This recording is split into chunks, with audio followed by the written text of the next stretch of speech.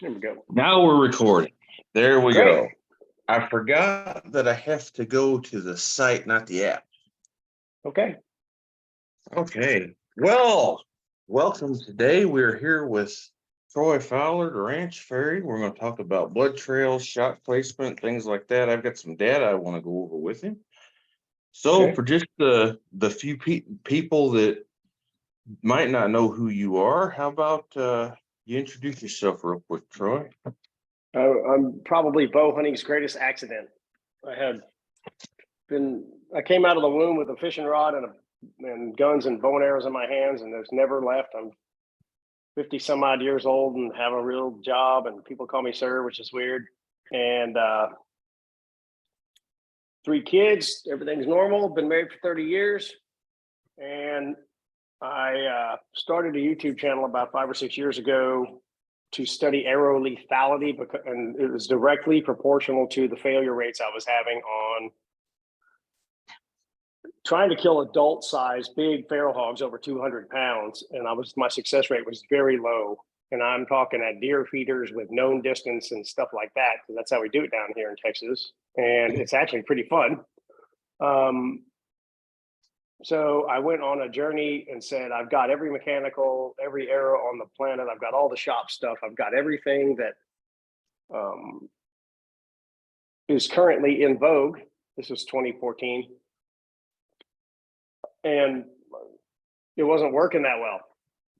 So I ventured off into the world of Dr. Ed Ashby's Natal study because I figured I had nothing else to lose. Sure. And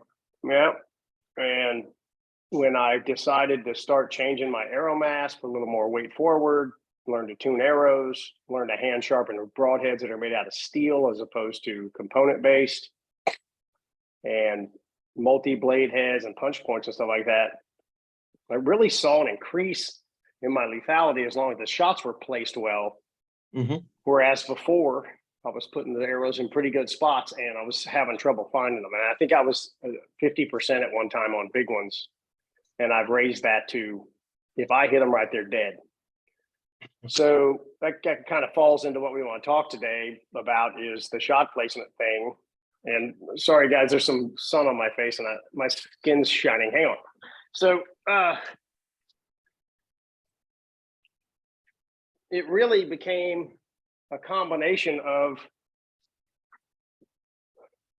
putting the arrow in the right spot, but the arrow had to perform.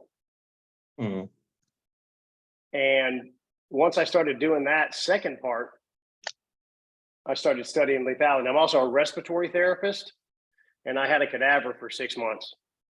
So that's a weird one, because in the bow hunting world, I don't know any other people who had a cadaver in their hands and is a big influencer or one of the big hunting pros and knows exactly where the parts are.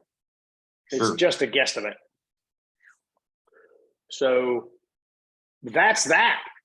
You got to hit them where they die, and where the internal organs are that are most lethal, where it doesn't really matter what you're shooting. You can shoot one of my great arrows that's 600 grains with a kick-ass broadhead that can pop hair off. It can shave your beard, and you put it in the wrong place, it's no more effective than, a dull one. Yeah, and before we started recording, that's what I was getting at. When I took hunter safety, I don't know, 32 years ago, something like that. When I took my hunter safety class, about 30, they preached shot placement when we did our archery section. But to me, and I know it's still a little further back than what you prefer, and we're going to talk about that, but to me, behind the shoulder was always the crease. Now, when you say behind the shoulder, people are thinking 6 inches, 8 inches, a foot behind the shoulder, and they're getting back in the guts and stuff like that. Yeah. Because what they have isn't working up close. There's a combination of things that have happened over time. One is the general belief, and this is still, I have a pretty good audience and I get a lot of run on the good side and the bad side of all this. The general belief is that arrows are not that good of a penetrator on meat. the general belief is you're kind of got to shoot around a bunch of stuff and hope you hit the good stuff, as opposed to being able to shoot an arrow through things that might get in the way. It's just the general consensus. It's kind of a slow projectile. They're kind of big, right? They're not guns. They don't blow stuff apart. But that's been in the last 20, 25 years, because before that, we blew through everything. Well, you're old enough that when we had aluminums and Swickies and there weren't a lot of broadhead options, I'm old enough that the Thunderhead putting the blades in and taking them out was absolutely like mind-boggling. Like, who thought of that? That's how old I am. And when I shot 21-17s on my bow and it was going 180 feet per second, the wheels were as big around as an aspirin bottle, we didn't leave arrows in animals ever. And everybody thinks that sounds arrogant. We just didn't leave arrows in them. Oh, I can remember, like I said, in that hunter safety class, they told us the first thing you do after you shoot a deer with a bow is look at your arrow and see what the blood looks like. There was no assumption that you were going to leave an arrow in an animal. Yeah, right. We were talking about getting the arrow back. Yeah, every time. And every time. Right. And then the carbons showed up, and we really started to see a massive decrease in penetration, but a massive increase in velocity. And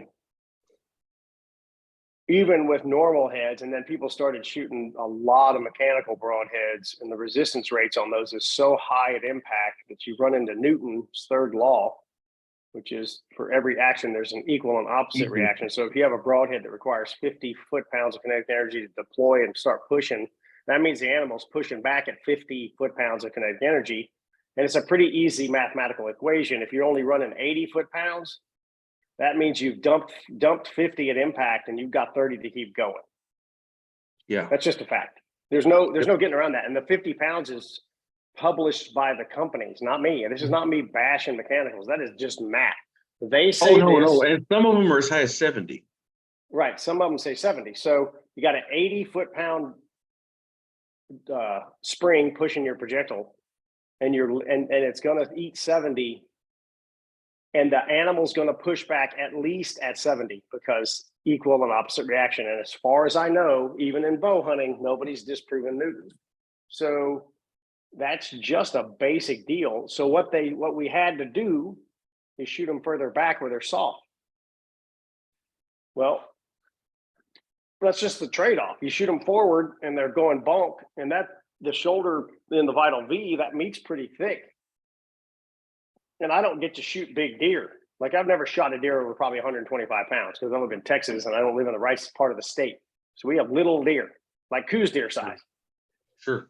But some of you Canadians and Midwesterners and stuff, y'all are shooting some big damn deer. They're big, physically big deer. And part of that's just, genetics, because they got to be able to survive winter and all that. So the big stuff wins. I got a right? spike that field dressed 95 pounds last year. And it's as big as your big deer. Right. Yeah. So you're encountering this. If I need to go up in the Midwest and go get my hands on one of them big deer, but I would think that the shoulder meat on a big, let's say a 3 or 4 year old, buck, just the meat that's on the outside of the ribs, the shoulder itself, the meat there is probably 3 or 4 inches thick if you include the hide from the outside of the, it's huge. It would depend on the time of year, obviously, how much fat's on it and whatnot, but it might be closer to 7. Okay, so now you're shooting a giant catcher's mitt. So that meat in the vital V is pretty flexible, and it's on the outside of the rib cage. And if you shoot something that is high resistance like that, it's like shooting a catcher's mitt. It's just going to absorb. It's going to give, and then you got this giant thing. So what everybody discovered by losing animals, unfortunately, is that they started shooting them behind the crease where it's just rib cage, much thinner. It's much more conducive to penetration because of its structure. And that's just basic physiology. This isn't a pissing match. It's what it is. But it's much less vascular is the problem. The further away the further away you get from the heart, the less animals bleed. Now I will say this. I've had better recovery rates with gut shots and ham shots with mechanicals than I have with Of fixed course. blade. Yep, of course. But you're talking soft areas and big holes. That makes sense. So explain, we're going to talk about shot placement, then we're going to talk about some of this info here. So explain for everybody that doesn't know what the Vital V is. I've explained it on my channel as well, but go ahead and talk about that. And we'll get everything rolling there. Okay, so everybody needs to stop thinking that the shoulder blade is at a 35-degree angle over the top of the chest wall, very low tilted. It's actually sticking almost straight up when they're just standing there. Mm-hmm. And then the humerus bone runs at about a 15-degree angle on the bottom of the animal down the chest wall. And there's a hole on a whitetail in there in the V, which this is just so you, if you're listening to me, above the elbow, the crease is the back of the Vital V, go straight up the leg, go right over the top of the elbow, and there's a hole in there at the size of a softball. That's the Vital V. What is behind that big? Yeah, it's easily. And next time you clean a shoulder of a deer, set the bones down and look at it. It's pretty straightforward. And there's nothing behind it but rib cage. If you're shooting a mechanical broadhead, you're going to have trouble with that thick meat that's in there. I already talked about that. This is catcher's mitt. But if you're shooting a fixed blade broadhead, it'll go whistling right through there. Right behind that is the rib cage. And then behind that is the major vessels, the larger diameter vessels for the lungs, and the heart feeding the whole cardiopulmonary system.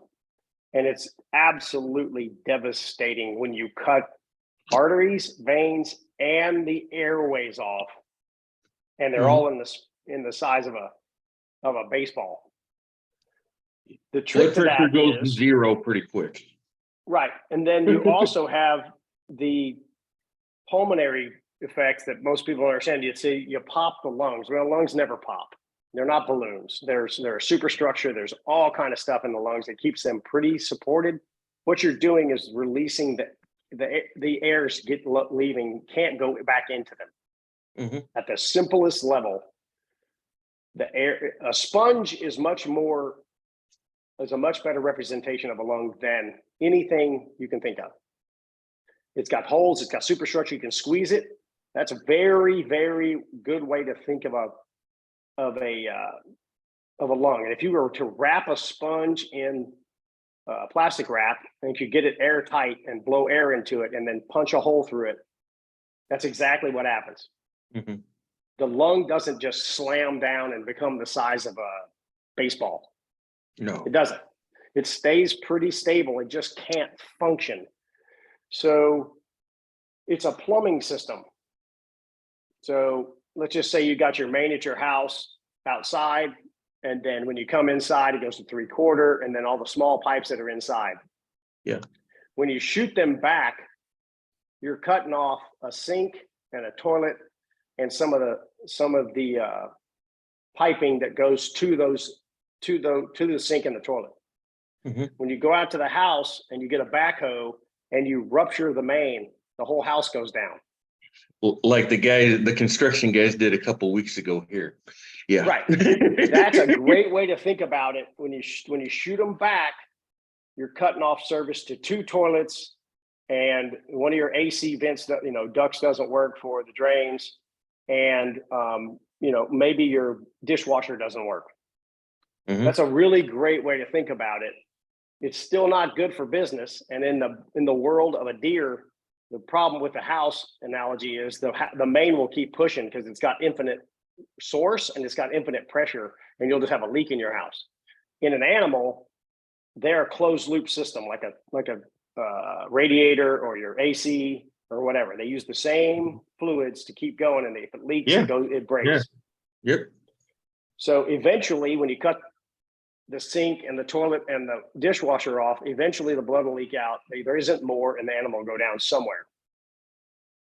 You go outside with a backhoe and you rupture the main, the whole house goes down. Mhm. That's why you shoot through the vital lead. No, It's just 100% physiology. This isn't an argument that you can get on the message boards and bitch and moan all you want. This is pure medical physiology. it is. And if you've ever cut an animal open, whether it's something you shot or you're butchering or whatever, you can see all that plumbing come off and whatnot. No, it makes perfect sense. Another misrepresentation I see about shot placement, and it has a lot to do with the mechanical and the light and fast thing and whatnot. Is I see guys berating other people for shooting quartering away. Quartering away, because if it's not broadside, you shouldn't take the shot now. That's the thing now. Well, with a mechanical broadhead, you're going to get a lot of skips. So that's somebody bitching about that. And well, that's what I'm saying. It's because they don't want one blade to deploy versus the other and whatnot. And then the shoot for an Wait exit. a second, back up, Richard. You gotta stop me here. I don't get on the message boards. There are people on this earth advocating for broadside only. Yes, 100%. There are people that call you unethical. That's insane. There are people that call you unethical for shooting quartering away now, and it has to be because of mechanicals. It has to be. Quartering away is one of the best shot angles on the planet. Everything forward of the impact point is good. No, 100%, 100%. And you zip it in front of the heart, and you could be 3 inches forward or 3 inches back, and you're still kind of hitting because the heart's at an ellipse at that point. It doesn't make sense, but I'm hearing that a lot. And then I also hear people say you shoot for the exit. That's not true either. You shoot for the center of the vitals, no matter what angle you're at, or aim for the top of the heart. Well, let me clarify the shoot for the exit thing, though. That's helping people set up mentally and image where to aim. That's all. That's all they mean on that. And I do understand that, but then you see animals hit in front of the hip, quartering away, and it exited 8 inches behind the shoulder, and they say that's right where I was aiming. I think it's being misunderstood. On a quartering away shot, it's being misunderstood. The best thing you can have happen, if you're shooting a relatively standard stock arrow system, the best thing you can have happen on a quartering away shot is have an anchor in the offside shoulder blade. If you do that, they're dead. You may not get a good blood trail, but the broad hits forward enough. I tell people all the time on the ranch, if you get a quartering away shot, I want you to aim so far forward, you're going to hit the humerus ball on the other side because they won't go anywhere. No, that's always been me too. That's always been me too. I agree. If you shoot a more upgraded system, you can break through the other side. But if you don't, even with a mechanical broadhead, you could still aim 3 inches behind the crease and drive the damn thing in there through the liver, multiple organ damage, long wounds in the lungs. No, I don't get caught off guard very much. That's the dumbest thing I've ever heard in my. Well, no, I've heard some dumb stuff. So, from a bow hunting perspective, the quartering to argument is way more logical. Don't shoot that shot than quartering away. Quartering away is wow. It's the highest error rate shot on the planet. You can make a lot of mistakes and still get them. I 100% agree. It floored me when I saw it, but I started seeing it again and again and again. And that's kind of what led to this conversation. So we've talked about shot placements, why animals die with that shot placement. So let's go over a little bit of this data that I gave you. Yep. I think I gave you 15 animals, and I came up with a couple more after that I remembered. I'm not the most organized person in the world, so yep. Well, fire out 3 or 4 of your outliers, and let's talk about those. Okay, so let's find one that there wasn't much of a blood trail, and we'll discuss that. You had a few gunshots that didn't bleed. Gunshots are supposed to bleed every time. That's what they say. That's what they say. Yeah. And the interesting story, then we'll get into this. A buddy of mine, I've known the man for 25 years. We went to high school together. We're like brothers. We've outlasted girlfriends and whatnot, you know. And deer season's getting ready, and he's talking about, well, when you shoot them with a gun, they just fall over. I said, not always, but I said, have you ever practiced looking for something without a blood trail? Well, I've never not got a blood trail. That year, never is a pretty tough word. That's 100%. Yeah, that year, he shoots a doe right before dark. He hit it maybe a touch back, but it was through the lungs. It's probably 2 inches behind the crease and a little high, but it was through the top of the back of the lungs, both holes with 30-06. Yep. But those shots, you don't tend to get blood. Yeah. The deer ran about maybe 100 yards and died, but he walked up to where it was, looked for blood, and assumed he missed. His dad found it in there a couple days later while he was hunting. Then the light came on. It's sad that the animal was wasted, but people just assume no matter what they're shooting with, they're going to have blood, and that's not the case. So since you said that, let's look at this one that didn't have any blood at all. This big 10-point I shot. Okay, so I shot it at about 35 yards with a 35 Remington, 200 grain bullets. Not the biggest barn burner in the world, but it penetrates. Oh, I love that round. It's humongous. Oh, I wish I still had it. No, it was great. Did the bullet expand? Oh, the bullet was a perfect mushroom right about here between the shoulder and the neck. So I entered in mid body height, back of the ribs. It lodged at the base of the neck is where it didn't exit. It just stayed under the skin, yeah. Under the skin. I hit the stomach, the lungs, the liver. I watched the deer get shaky legged about 50 yards in, and I knew he was going down. Something I didn't put on here, there was snow on the ground. So if there was blood, I'd have seen it. Yeah, sure. There was no blood. I had to restart myself 3 times to find it because there wasn't any blood, and there was a lot of deer tracks around and things like that. But the deer was dead in less than 100 yards. That's a bullet performance thing, though. That's a basic ballistics deal. So the entry wound's not going to be big. Exactly. And there was no exit that was mushroomed out and blown open. And probably, to be honest, on the exit where you say you hit it, there's a bunch of bone up there. And if he would have run with an exit hole, it would have closed, it would have covered the hole. Now you had snow.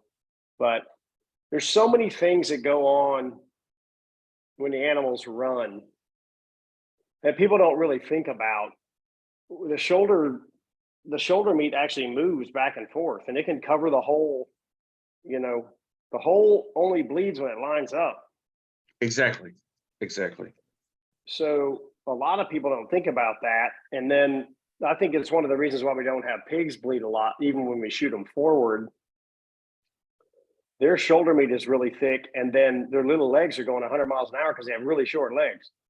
So they're really pumping like somebody's sprinting, and the hole never lines up. Because we do find places where they stop, and there'll be blood, and then you're gone again, right? When you hit one, okay. That's an interesting one. 35 Remington, man, you'd have thought that would have gone through it. But you never know. It hit a full stomach. It hit a full stomach. So I think that's what slowed it down so much. It just sucked the wind out of it. Yeah, it's like shooting a sandbag. But you're talking a deer that field dressed over 200 pounds. Yeah. With that, it went basically hip to shoulder diagonally. It went through 4 feet of animal. Sure. I mean, there was a lot. Now here's an opposite one, and it's an example of what happens when you hit the right place. This is at button buck. It was lasered at 52 yards. I hit it quartering away. I hit the last long rib. I exited the ball of the shoulder, and it actually broke. Mm-hmm. The deer took 2 hops, fell over, took 2 more hops, and fell over, and that was it. Blood looked like you took a spray can and just made a big circle. Mm-hmm. That was the best case scenario. It hit No, everything it it was was supposed low to. exit, shattered bones, so the hole's blown open, a lot of blood pressure. Right, Oh not yeah, just a lung hit. it couldn't That's a close the cardiac. hole because the leg didn't work anymore. Mm-hmm. Mm-hmm. Yeah, and so that, but like you said, I've got some gun hits that just don't show blood. With a What rifle, I tend to shoot stuff more forward and higher. I shoot at least vertically. I shoot mid body Mhm. with a rifle, and I shoot 5 inches in front of the crease. I'm actually trying to break their shoulder blade and spine them. Okay. I try to anchor their ass with a gun, I've and a done that. quartering in shot with a rifle is absolute. But you got to go a little high. You're trying to break the neck at the juncture of the shoulder. Mhm. God, right in the pocket there. That is the most devastating rifle shot on the planet. Their head just goes straight up in the air and they flip over. I've always Even if thought you miss the spine and you just go in right here, yeah, I and guess all it the good travels stuff's up close to front. the spine or whatever. Usually the front legs drop and they plow for about 15 yards and they're Right. done. Yeah, the Uh, rifle thing is a funny deal because if you just shoot moderately decent bullets, you don't have to shoot X bullets, but which are fantastic if you're going to shoot them for especially that kind of shot. But a moderately hard soft point, you know, inner bond. I've had good lucks with a lot of the stuff like that. Even the damn Corlock does really good. I have shot a Corlock for over 20 years and Yeah, it's right. I just love that bullet. And the guns are so devastating. The people who still think they got to shoot back. I mean, oh, wow, you're just intentionally tracking. You're just intentionally going to track. I mean, no 100%. 100%. Let's look at this. But most of this is gun data because I've only got so much time to hunt. That's where I've killed most of my deer. Most of yeah, this is sure, of gun course. data. You're a rational human. Um, I've got more time to bow hunt, so I might be picky bow season. Gun season, I fill the freezer. Yeah. So this is one that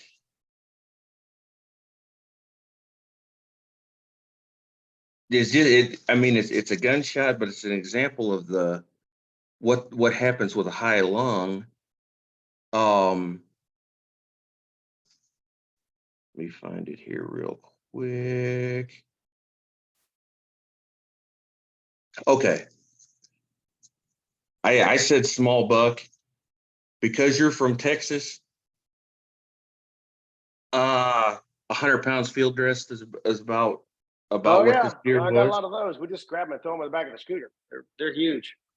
Yeah, here it's a yearling, a year and a half old. Mm-hmm. But I did grow up in the southeast. I know what I know exactly what you're talking about. Um, Entrance and exit were right on the crease, a little high center. Mm-hmm. 30-06, 100 yards. That's a pretty. You read my data. That's kind of the Yep. the deal. Yep. Both lungs, not a drop of blood. I'll paint the scenario. My buddy killed a deer. Me and him and his dad are going to get it. We're driving through a pasture. This deer pops out. Well, I've got a tag. I get out and I shoot it. Yeah. Right. um, they both say, "Oh, you smoked them." Well, I've got the recoil and And I'm like, man, I don't know. Something didn't feel right about it. We walked up, there's no blood. His dad says, let's take care of Dave's deer. We're gonna go, we'll come back with flashlights, we'll find your deer. Well, there's no blood in the grass or anything. We walk over to my buddy's deer, and I look up the field road where we're gonna drive out, and mine's laying there dead belly up. Perfect. I like the ones that die in the road. Perfect, exactly. We'll just stop on the way home. Even where it was laying, though, there's no blood. It ran about 100 yards. High shots just don't bleed out. Well, As a there's a typical couple things rule. going on there. First of all, you don't have a lot of blood vessels. The blood vessels, mid lung and back, are really small. Mm-hmm. Everything just tapers down. So up front, it's as big as your thumb, where you should be shooting them. And then as it goes back, it's just plumbing. It's a pressure system. And also there's some stuff going on there where this is way too much information, but it's moderately interesting if you think about it or have never heard this. Your red blood cells need to get into really, really small arterioles to pick up oxygen out of the lung. It's just it's like a transfer system. So you can't really oxygenate blood in a 1/2-inch tube as well as you can when it gets really small and gets close to the lung tissue and the transfer portals in there. They all have names and stuff, but that's just a fact. So as the system, there's two things there. It's blood pressure. You need to reduce the tube size to get the blood pressure up. And second is the transfer of oxygen to the red blood cells. So back in the system, you're not talking about big spraying. The blood pressure is the same, but remember, when you cut those things in the middle of the lung, it's spraying into the lung. Yes. Well, and into the bottom of the chest cavity. Well, that's way overstated, because most people see after the deer's been on the ground, okay, and after the deer's been handled, and say 30 minutes passes. Well, gravity sucks the blood out of all the organs that it was previously trapped in. And so it's a misunderstanding of physiology that blood was there when you shot it too. And that's not true at all. Okay. No, that makes perfect sense. So the lung itself is mostly full of air. The air is going to move. If blood starts pushing into the lung tissue, the air is going to leave. So the sponge is more accurate than anything. If you took a sponge, a regular size sponge, cut a hole in it about a quarter way in. If you put a tube into it and poured water through a funnel into it, would it immediately pour out on the ground? No. That's exactly what happens inside of a lung. That's making because of the physiology. And it is, if you've ever handled one, it feels spongy. Not like a plastic sponge, but it's certainly not like other organ tissues. It's not muscular. If you crush it in your hands, you'll feel it popping. That's called atelectasis, and it feels like popcorn. That's because all the air, there's a bunch of air in there. But so if you cut a sponge in half and look at the side of it, that cross section is all of that's going to stop the blood from jumping out of the animal. It can't go anywhere. It's blowing straight into a piece of tissue. So there's so much going on here that is completely misunderstood. And then the second part about it is we've all been duped is a bit of a strong word, but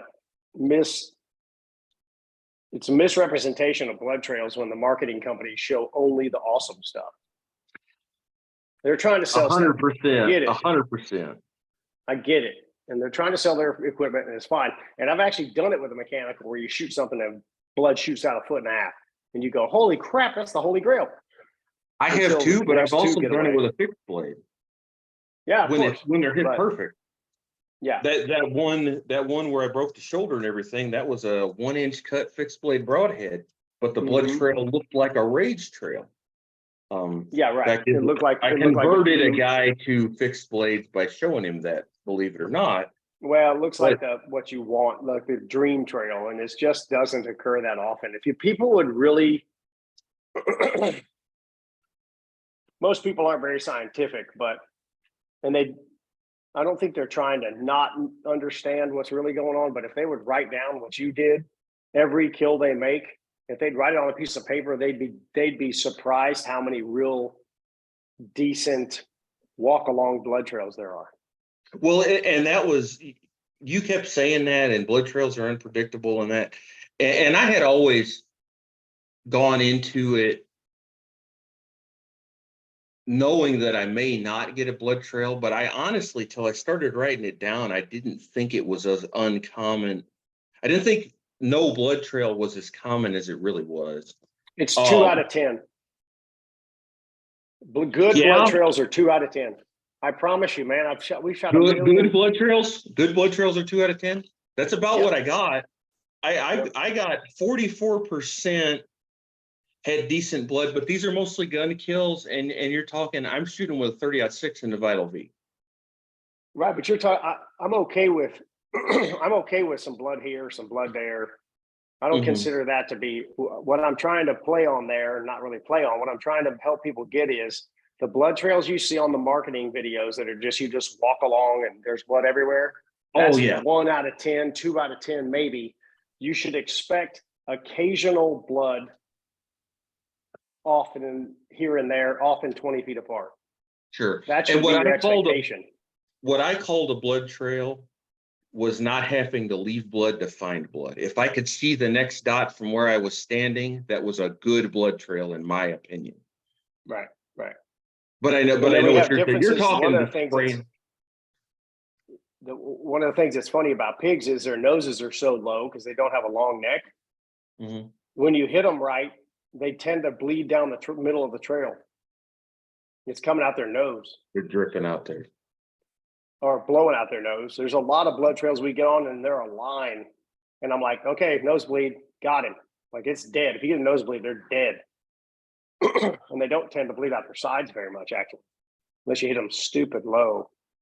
And you get that with deer, but that's typically in their death run. When they start to get shaky legged and they put their head down is when you start to see that. You may see it straight up on vegetation or something.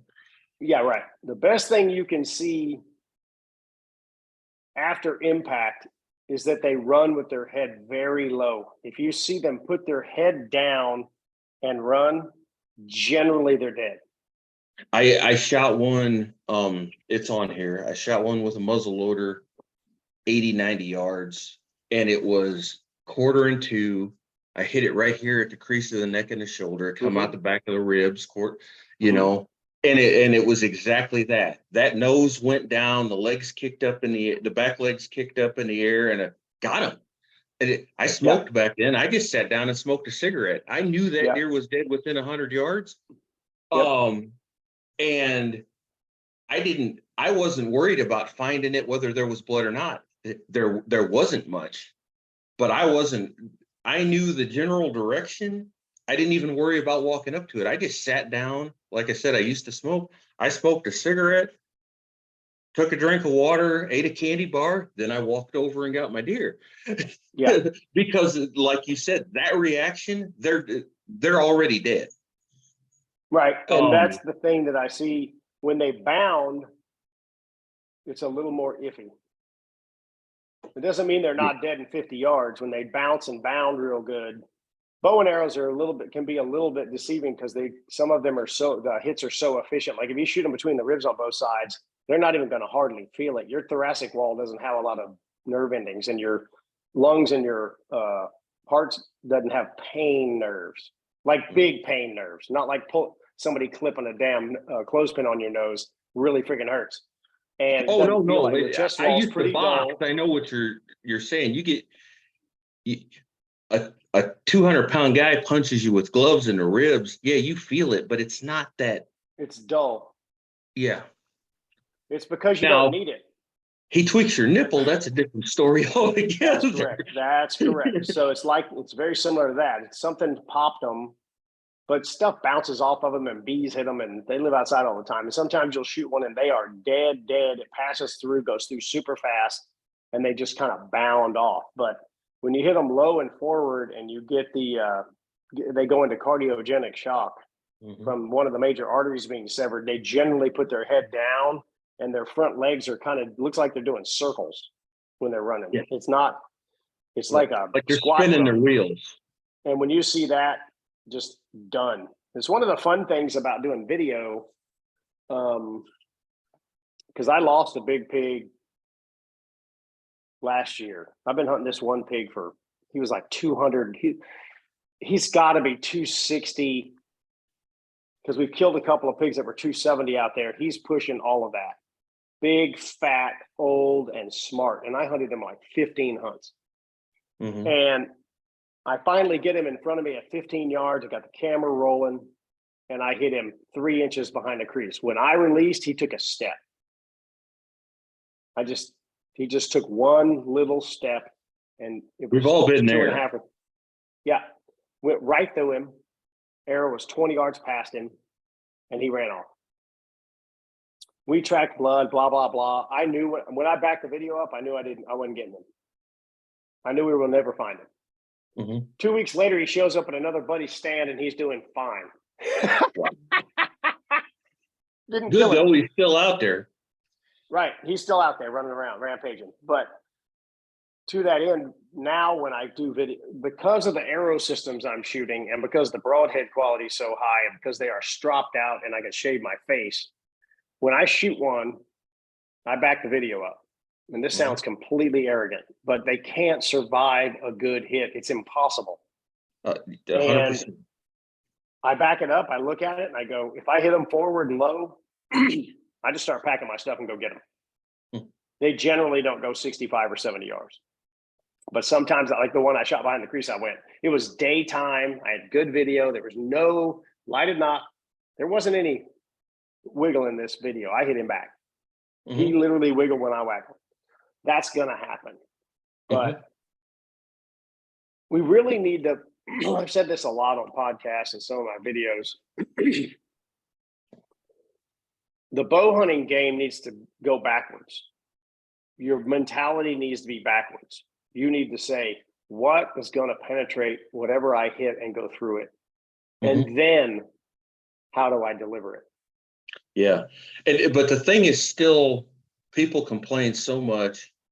Well, it's slow, it's slow, it's slow. Step back 20 years and we didn't have shooting anything the same weight arrows much slower than we can with a modern bow. Now I've done the 650 and single bevel and 20% FOC and things like that. I've done the light setups. Right now I'm about 525 and 15% FOC. What do you have on the front? What's that? What broadhead are you shooting? This year, a tooth of the arrow, 175 grain. Don't take any 1/4 shots. And I'm not planning on it. I'm not planning on it. That's fine. Well, I might take a 10-yard shot from a tree stand in the pocket right here. A really close shot. But that's a 10-yard and in the thing because I know that's that not against a certain brand of broadhead. That's the style. You're shooting a super high resistance gizmo. It's for those that don't know, it's a 4-blade broadhead. It's kind of a punch point, but I've sharpened it to a cut on contact. Making it more like what your Tano tip would be. Yeah, I'm not. Your paramoid mid tip. I'm knocking the style. And no, I 100% get that, and I knew that's what you would say on that too. Now I'm going to see with this setup how my 300 grain single bevel steel force shoot, and if they're good up close, I might have a golf bag like you do. Yeah, right. You might be surprised that the trajectory inside of 25 is not as bad as you think it is. I was pretty surprised by that you could zero for the heavy arrow and the light one because the aerodynamic drag won't be that far off. If you do it the other way around, if you shoot the light one, the heavy one's going to look like it's super slow and hitting low. But if you do it the other way around, it's really weird. Once you get out for distance, most people say, hey, the heavy arrows shoot low. And it's like, that's actually a misunderstanding of arrow flight. The parabola upon which the arrows are flying is completely different. So a really fast arrow takes off pretty flat, and then out there about 40 starts just peeling off. Mhm. And if you want to verify that and you think I'm crazy, then look at your pins. If you have a slider, it lies to you because you don't see this. But if you have a multi-pin sight and it's 0 to 70 and you're shooting 450 grains, look at the gaps, and they will progressively open up because you're Mhm. shooting like a comma laying on its side. Goes really flat and then starts peeling off because of aerodynamic drag. Sure. NASA, model rockets, airplanes, missiles, the information's out there.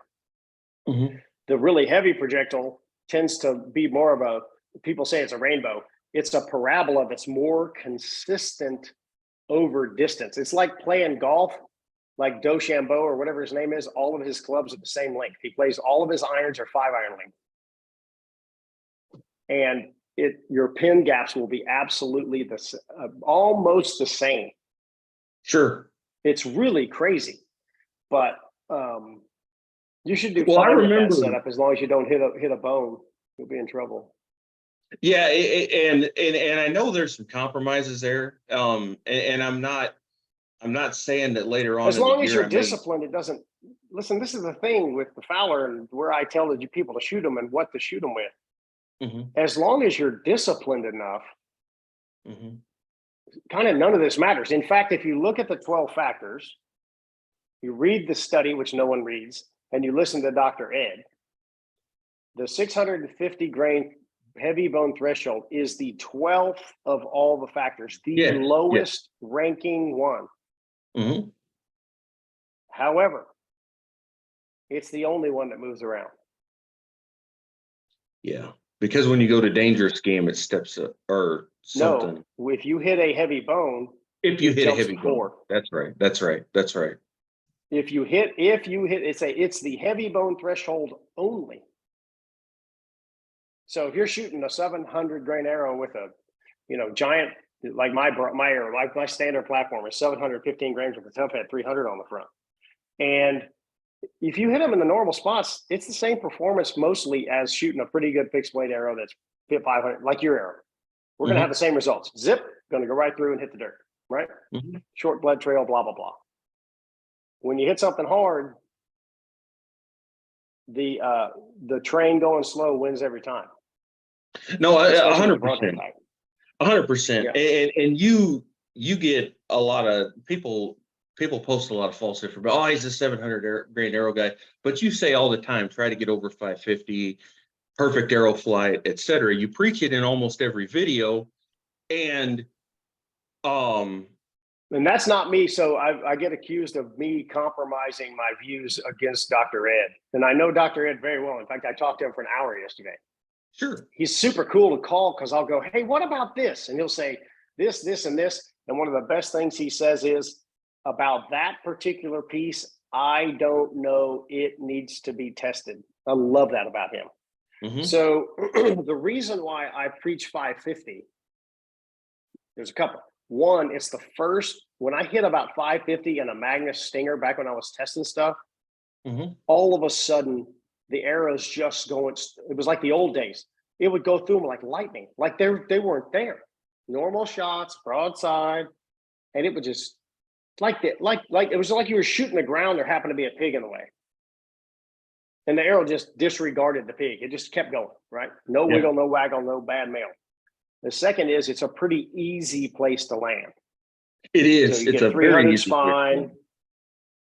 You either get 150 grain broadhead or 200 grain broadhead and a light insert, or maybe 100 grain insert, 125 grain broadhead, and you're there, Mhm. right? So the components are easy. The shafts are easy. It's not super specialized. It's one of the reasons why I don't preach about tapered arrows. If you're going to give up a factor, give that one up, because there's so many arrows that are parallel. They're high quality. Yeah, and tapered How arrows are about, hard to find. right. Tapered So arrows how are about hard. we work on bare shaft? Let's bare shaft, Exactly. get them flying. Let's learn to sharpen a broadhead. Let's do that. That's way more That important. well, I mentioned that we need to talk about hemorrhaging, so we'll get into that. You said sharp.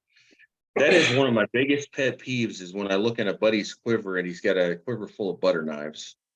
And I'm at the Dude, point there's so now, many people that shoot their broadheads 5 times and then put them back in the quiver. 100%. And It's horrifying.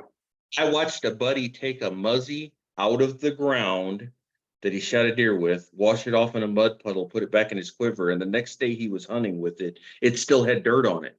He never washed it off. And that's the first arrow coming out. And anymore, if you're hunting with me, usually when you're not looking, otherwise you're going to get mad at me. I check your broadheads, and if they're not sharp, I just go sharpen them, and you don't even know it. I check nobody can walk on now without sharpening. I've had a lot of guests come and they've got broadheads, and I'm like, there is no way you're hunting with that. You cannot hunt with that. I don't want to be out there. I don't want to send somebody out and know that we're going to be tracking for 2 hours. Because they're setting themselves up for failure. They don't know it, but they're setting themselves up for failure. Yeah. It's not, it takes some time, don't get me wrong, but it's not that hard to learn. And if you just don't want to learn, shoot Magnus and buy the replacement. I'm going to say it. You're completely irresponsible. Or buy something that's good. Like buy a Magnus and replace the blades. Exactly. Buy a Stinger and replace the blades. Exactly. And that's something else. The sharper it is, the more it bleeds because it's cutting on a microscopic level. You've said this plenty of times. You're cutting all the little miniature veins and arteries and things like that. The exponential damage, the damage to the lungs and the cardiovascular system is exponential when you cut stuff that's the thickness of a micron. Yeah, and also there's millions of them in there. Also, it clots slower because by ripping the tissue, you're releasing more clotting factor in the cells. And I don't know what the scientific term is, but I know that if you've ever snagged yourself on a barbed wire fence, it hurts horribly, but it quits bleeding pretty quick. But you cut yourself with a fillet knife, you don't even know you cut it, but it just bleeds forever. Yeah, you can't stop. Yeah. Yep. And there's a whole host of things in the clotting cascade, and that's something everybody should look up and read on the internet. It'll make your head spin a little bit, but it might help you understand why sharp matters so much. Listen, if you hit with a ragged broadhead, if you hit a couple of big arteries forward and shear them off, the deer's dead, right? The trouble with it is, I literally just put a video up that comes out in about a month on this. The trouble is, this is Aaron Snyder's idea, not my own. It's like a grading system. So broadheads do 2 things on impact. They either stay sharp or they dull. They don't get sharper. Okay. 100%.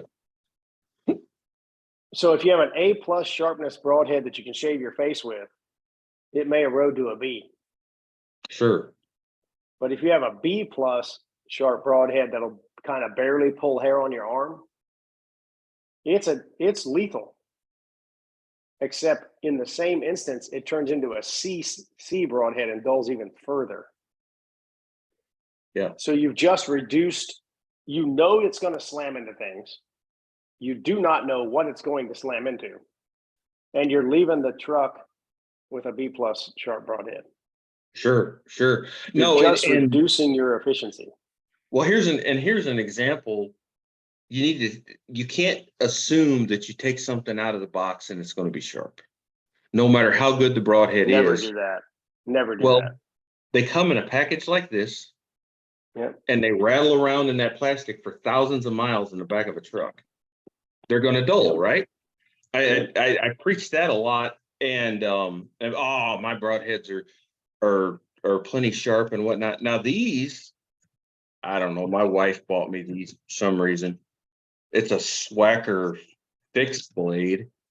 They're not bad, but they're not hunting ready.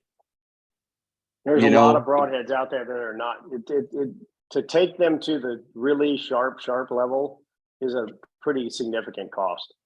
You really need a stropping machine or some way to strop out, especially stainless.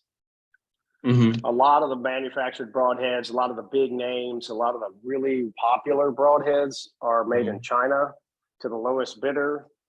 It's just a fact because they're trying to run a business and increase their margins, get their doors open. I got it. But Sure. the sharpness is absolutely substandard. It's almost, some of them are almost unethical. And if you understand the physiology and it and stuff, and people will say, well, I kill all the time with it. I got it. But why aren't we doing the math on the losses and going, well, maybe I could make an improvement and try to help myself be more efficient? And for the blood trail guys, I gotta get a good blood trail. I gotta get a good blood. A good place to start is with a sharp broadhead. Yeah, right. And once again, shear your leg on a barbed wire fence or cut yourself with a fillet knife. That's a great example of, you want a blood trail, really? Well, you need clean cuts in the tissues too. So one of the things that's completely overlooked, and people handle deer all the time, they just don't take the time to put their hands on it and think. Skin is pretty loose on there. Mm-hmm. It's got to be stretchy or the muscles can't move. Sure.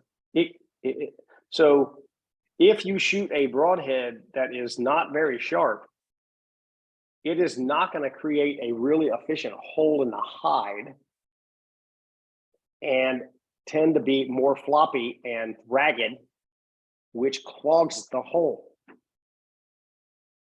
It's just, Sure.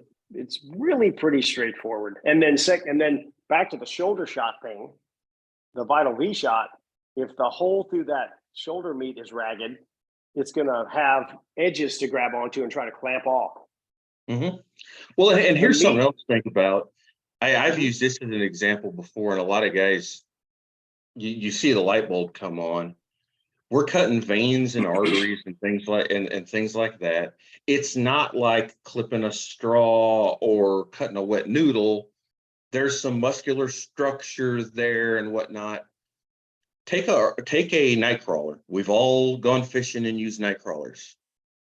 Pull it apart and just pull it in half and see how it constricts and how jagged it is and whatnot. Then lay one on a cutting board and slice it with a fillet knife, and it just stays open and everything oozes out. Right. Yep. If that's an artery, the animal's still dead, but you just bought it 30 seconds. Yeah, absolutely. And then another thing on the, that's really a good example. I'm going to steal that. Another thing about blood trails and et cetera is, if you've ever framed a house or built a table or anything like that, the more parts you add, the more stable your table becomes. So if you just screw 4 legs on a table, 4x8 sheet of plywood and stand it up, it's super wobbly. Mm-hmm. Then you cut some 45s and you add a base under it and another shelf under it, and it's all of a sudden you can jump on it and put 800 pounds on it, right? Yeah. Here's an example of that. When you shoot through an animal with an arrow, everything you cut wants to go back together. Mm-hmm. It doesn't explode, open up. It doesn't want to pull away. It's going to slam right back together when the arrow is through. Once again, the blood that's coming out of the middle of the meat in the shoulder blade is going to shoot into the meat on the other side and press against it until it's forced in another direction. Sure. So if you could shoot a hole saw at them and cut a hole through them, that would be awesome. It's just not going to be a very good penetrator. Well, exactly. What was that? There was a broadhead not that long ago that I'm not even going to say the name. It's the dumbest. I get what they were trying to do, but God help us, right? Well, but it was ago, like a hole saw.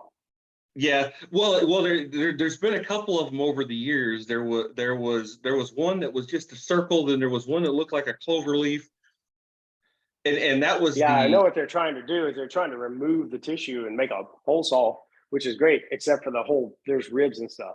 There's a big problem there. And I always thought that the penetration was going to be really bad on those. I never even tried them because it's like your example with taking a sword and doing this.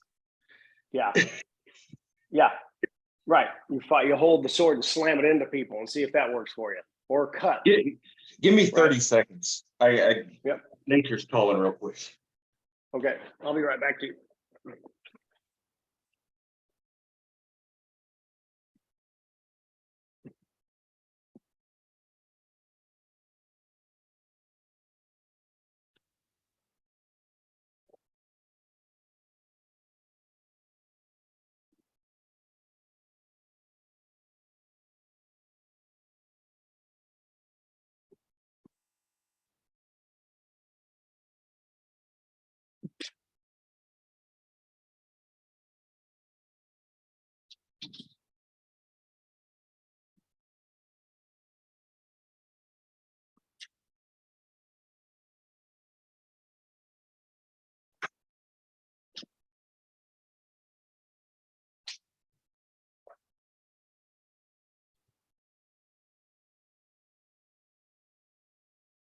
Okay.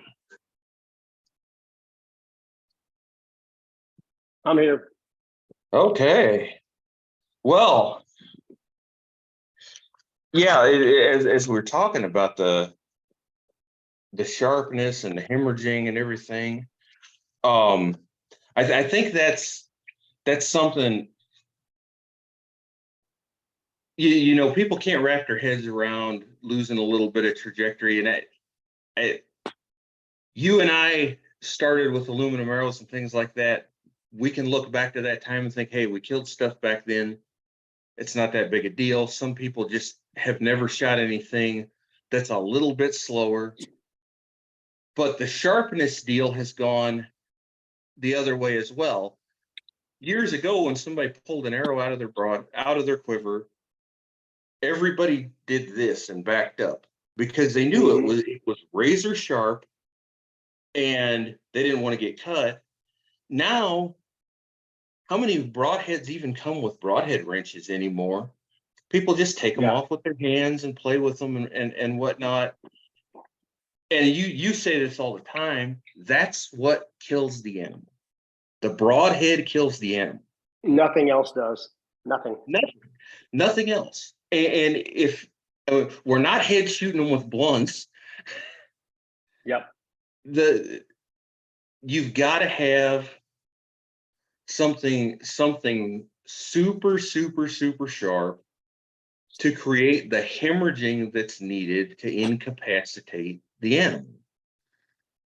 Like you said, Correct. if it's a little dull, will it work? Well, yeah, but I've killed a lot of animals with some moderately sharp broadheads. I promise you they work. Yeah. It's just not as efficient. It's just not as efficient. Exactly. That's where I was getting at. Like my example with the earthworm, if that's your femoral artery, you're still dead, but you may live 30 more seconds. And 30 more seconds at a run is a big deal. Well, that's the one. I've talked about that a lot. I've talked about the fact that if you can that's why you want the arrow to go through them. When you watch mechanical broadhead hits, traditionally speaking, the animals really run hard. Now, you may see blood shooting out 4 feet because it's a marketing video or whatever, but they typically don't. You don't see them just. There's a difference between greyhound running and bounding off like a deer that was spooked by a truck coming around a corner or something. Mm-hmm. And the difference is the bounding deer is more likely to stop and look back, which just bought you time on your blood trails being shorter, or your track. Okay. Mm-hmm. Probably I'll stop saying blood trails and just say track. But sure, when that animal goes into greyhound mode and is running full speed, the blood that does come out is going to get scattered more. Mm-hmm. And they are literally just going to go further. And then if they stop and get spooked again, they're really going to run. And there's an adrenaline effect there that starts clamping off things to keep them from dying. So they're going to go faster because of adrenaline. This is redneck level stuff. I'm not trying to get into deep physiology on this. No, you're fine. The adrenaline will obviously contributes to hauling ass, fight or flight. Mm-hmm. And then it also has a physiologic effect on the arteries and veins as it says, okay, we're trying not to die now. And no, 100%. In the Army, If somebody got a nosebleed, we would squirt epinephrine up their nose, Yeah, and sure. it would stop. If that's in your blood and you've got a cut vein or whatever, it's doing the same thing. It's Yeah, constricting cocaine's everything. one of the best vasoconstrictors on the earth. It's just not legal. So can't do that. but but yeah, the physiology thing. Okay, most people are never going to understand, myself included, that. But if you pick up the little bits and pieces, like what we're talking about right now, it's just that much more information in the back of your head, making you think, I've got to strop these before I leave the truck. I've got it. So the more we talk about it and the more it gets out there, I think the more people, there's some stubborn idiots out there that are just never going to get it. That's fine. We got to push them to the side. But for the average guy that thinks he's doing the right thing and wants to do the right thing, when he finds out he's not, he's going to change. It may I take look at it as if you looked at an arrow's impact as an algorithm, and you're trying to reduce the number of variables because you do not know what you're going to hit, and mostly that's rib cage and that kind of thing, right? Mm-hmm. I'm not saying you're a bad shot. I'm saying, okay, you put the arrow on target. It's right on the crease. It's 4 inches up. It should be lethal. Mm-hmm. If we think about your arrow system from that point where it hits the skin and say, how many variables have I added to reduce lethality? Or the other way to do is to say, how many can I remove from a failure rate and try to reduce the failure rate to 3, right? Sharp, one of them. Durable's first, can't break or bend. Sharp is number 2, right? Mm-hmm. And then pass through's number 3 in that list. So then what have you done with your arrow system to increase your level of getting the arrow through the animal? So you got a broadhead that ain't going to break or bend. That's easy. You can buy that. And you learn to sharpen. Mm-hmm. Okay. But have you done arrow tuning? Have you shot your broadheads like a bunch? Make sure they're accurate. And will it and make sure you sharpen them afterwards if you're going to hunt with those broadheads. Yeah, when we were testing the Ranchfairy head this year, we killed 2 pigs with the same broadhead. It still got dirt, in the groove, in the edges and little pieces on the broadhead. The blades are perfectly sharp. But I like shooting them like that. I think they're good luck. A little bit of blood on them, maybe some dirt, but not on the blade, and then sharpen them back up. I just leave all the dirt. I don't even wash them. I like the way. Sure. In fact, my son shot a pig and it went right through it. And he called it the red, white, and blue arrow because now it's got blood all over it. We just kind of washed the shaft off, let the fletchings bloody, and he shot his next pig with the bloody fletchings and the broadhead that had little blood stuff on it, but we sharpened it, and it was freaking hilarious. Kids, I got a 2216 around here somewhere with a muzzy broadhead on it. I don't. It's probably hidden in a closet because my wife doesn't like looking at it. But it's the first deer I ever shot with a bow. Well, sorry, the first deer I ever killed with a bow. Not usually the same thing when you're learning, unfortunately. And it's bent like a horseshoe, but it's 20 some years later and it's still covered in blood and everything. Right. As a single guy, I had it just hanging above my door, and I thought, of course you did. My wife doesn't like that. Yep. But so I get what you're saying, and I tend to have, if I have a good year, I tend to have one with blood on it in my quiver because I'm kind of the same way. Hey, it worked. It was good luck. Let's try it again. But yeah, there's so many fundamental things that over the years were just common knowledge, and now it's, well, we've talked about the sharpness thing and kind of pounded to death, but it's very important. How many folks know how to just sharpen one of these, and they don't have to be as sharp as a broadhead? Yeah. I You said We've this lost some before. woodsmanship in the middle of all this, and that's the thing that you can buy. You can buy cool looking bows, and you can buy cool shoes and cool camouflage. You can buy arrows. You can buy broadheads, and you just think it's a thing you put together, and it's a woodsmanship deal. That's why I'm thinking about doing a lot more different outdoor stuff on my channel. I've had multiple people say I need to start a fishing channel and this and that. Well, I do car repair. I just did a leveling kit on my wife's Suburban and on my own, and I do a lot of pretty complex work on cars and help the kids in the neighborhood. I fish like crazy. You Right? do. I I see strop you on fish. Instagram a lot. Right. And I'm really I'm a generalist. And back when I was a kid, all my dad's friends, they shot birds. They didn't bow hunt much, but we gun hunted for big game. We shot ducks. We shot quail. We went fishing. We went multiple species, different strategies of fishing. And I think we've lost that. I've been surprised by my audience. They seem to be bow hunters. And that's it.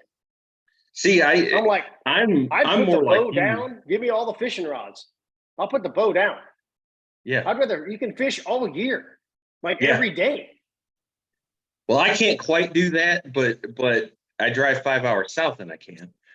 Right, but I live in Texas, so the best time to fish is winter time because it's not freaking 900 degrees. It's beautiful. No, in the winter. I agree with that, and you guys have some. You've got good bass fishing. You've got saltwater fishing. Saltwater. We got all of it, right? So I've been surprised how many people I've had comments to say, "What are you putting up fishing content for?" And I'm thinking to myself, kind of a weird question. I've literally asked people, "Don't you fish?" And there's people who. There's a lot of my audience. They just bow hunt. And they eat, sleep, and breathe it. When it's this time of year, they're checking their cell cams, and that's all they do. I got that. It's fine to do that. I've got cell cams up right now. I'm just surprised that, brother, fishing's way cheaper, and all the time. Easier to get into for sure. Right. Anybody can do it. You don't need private land. You don't need land access. You don't have to drive and get up at 4 o'clock in the morning and sneak into someplace a mile in and swing out of the saddle. You can get up and leisurely 6:30 and have a cup of coffee, go out and go flogging all day. I've been surprised by that. And so then where I'm saying is, because I think people don't cross over into other areas like having to fillet fish. Naturally, you need to learn to sharpen a knife to clean a fish. 100%. Which would absolutely bleed over into sharpening broadheads. 100%. 100%. But because they don't, if you small game, they don't do it. If you small game hunt, you need to learn how to clean your pocket knife, or learn how to sharpen your pocket knife, things like that. I'm not much of a bird hunter. I used to be, but I like to rabbit and squirrel hunt. I love to fish. I really love the bass fish. But crappie, bluegill, it's just. I'm with you. My son just blew his ACL and he's about out of his cast or out of his knee brace. We're going to start gar fishing. Oh. They've got humongous gator gars, 5, 6, 7 footers here in the rivers, 30 minutes from my house. Fishing or rod and reel? No, rod and reel. Oh, wow. That's going to be Catch a fight. and release, yeah. That's going to be a fight. Oh, it's going to be super fun. And nobody messes with them. Nobody really gar fishes. It's becoming a thing because there's a couple of guys doing it. They're tagging them and saving them and talking about don't kill them and all this stuff. Really a cool movement out there. But talk about being able to go in a river. You can go take a kayak, go float down the river, find a deep hole and catch a 6-foot fish. Are you freaking kidding me? That would be awesome. No, that sounds like a lot of fun. That does. But my point with the fishing and the bird hunting and the cleaning birds and is that it appears that the guys who are stuck in the bow hunting world, they are losing a lot of skills that would cross over both places. And I've been Well, you know, surprised at that, and I'm definitely an outlier, and I'm a contrarian, and I'm probably going to start posting a bunch of fishing content. I it's mean, a it's a it's just world of convenience, and you know, our you're about 10 years older than me, mhm. so your grandparents hunted literally to have some meat to eat. Yeah, right. The same with me. You know, Yep. and I don't know how that carried over from Texas to here and whatnot. I know different regions of the United States are a little different and whatnot, but my grandpa talked about eating possums and things like that during the Depression and whatever. Yeah, it was a lot Um, more functional. Now that we're yeah, now that we're in this day and age of when things aren't necessary, we don't realize how important the steps are. When your Yeah, life depended on it and you didn't eat if you didn't succeed, you took things a little more seriously. yeah, right. And Absolutely.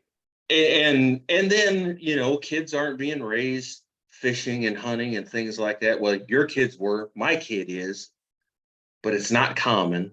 There's a lot of adult onset hunting Which now. is a beautiful thing, and Oh, it's the hunting world's great. amazing that it's gotten so popular. Like drawing a tag out west is a nightmare now.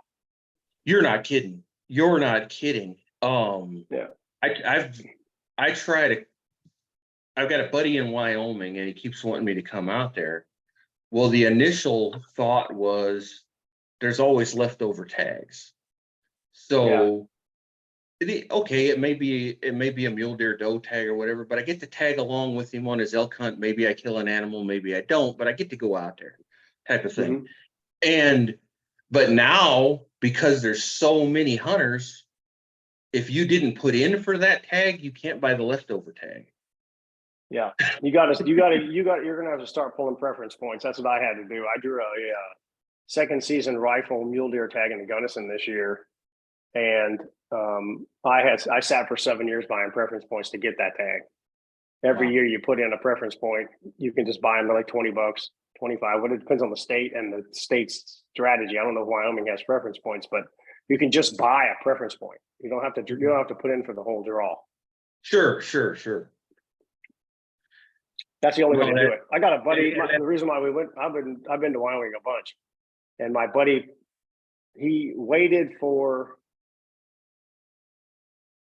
He had 16 preference points. That's 16 years, mhm. and he finally drew for pronghorn in Iron County, which apparently is one of the top Boone and Crockett producers, and we killed a hell of a damn pronghorn. But 16 years he put in. It's crazy. It's crazy. But think about that. You spend all that time and I mean, even if it's only $20 a year, that's adding up over time. The Yeah, sure. cost of getting out there, your food, all of that. You got thousands of dollars in this hunt, and you take a dull broadhead out of the box, That's right. That's and right. and you go and you get 6 inches of penetration on one with whatever your 400 grain arrow and your expandable broadhead or whatever, and you spend the next 3 days hoping you find this animal that you spent a used car on, Right. and you come That's right. home moping and crying. Does this stuff guarantee success? No, but it certainly gives you a better chance at it. Reduce the variables. 100%. It's just, man, I don't. A guy can have a 40-year-old bow, and that doesn't bother me at all. Yep. Shooting aluminum arrow, I know you don't get the FOC with them, but No, they're it's fine. the point. Whatever the case may be, if you're going to put money somewhere, and you've said this before, if you're going to put your money into something, put it into the broadheads. And the arrows, yeah. $100 Do the for arrow flight, buy good arrows, and buy good arrows. don't worry about the cool bow as much. And No, if you're going to buy a 100%. bow, buy a longer bow. They're more stable. 100%, and something with a higher brace height too, in my opinion. No, that's a fact. I had a 6-inch brace height bow. It was pretty aggressive and it was pretty hard to shoot. The short bow thing is stupid. The 28, 29-inch hunting bows are dumb. They tend, generally speaking, you can bash me on the message boards, but you're not listening to what I'm saying. They tend to be more finicky on your grip than a long bow. Well, guys tend to say be. I've got a 34-inch compound here that I think it's an elite. That thing is like, was the fastest bear shaft bow I've ever shot. You can make all kind of mistakes, and I'm not a very technical shooter. I learned to shoot like everybody else. You pull it back and kind of figure out how to make it fly. I've never been taught how to shoot a bow and arrow proper. I've been taught how to shoot a shotgun proper, but not a bow. And that bow is idiot proof. It is so freaking stable. And at 34 is not that long. It really is. For the stability and the accuracy, it's a hell of a good trade-off. I think mine's 34. Hang on.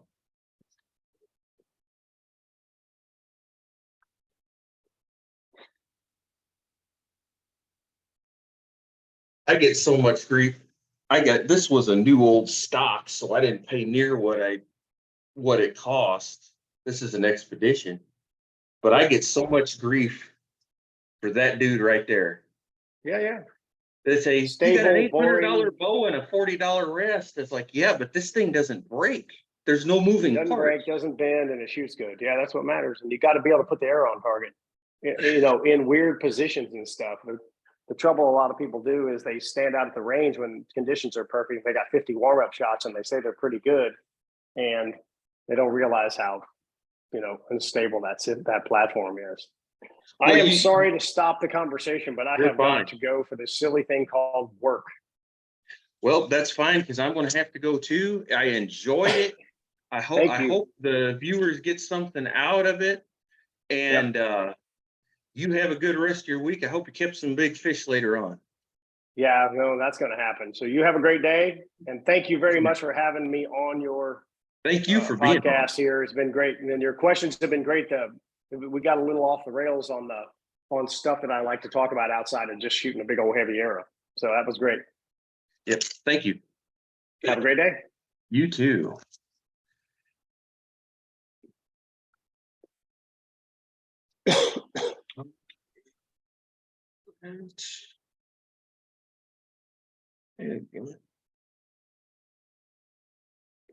Okay.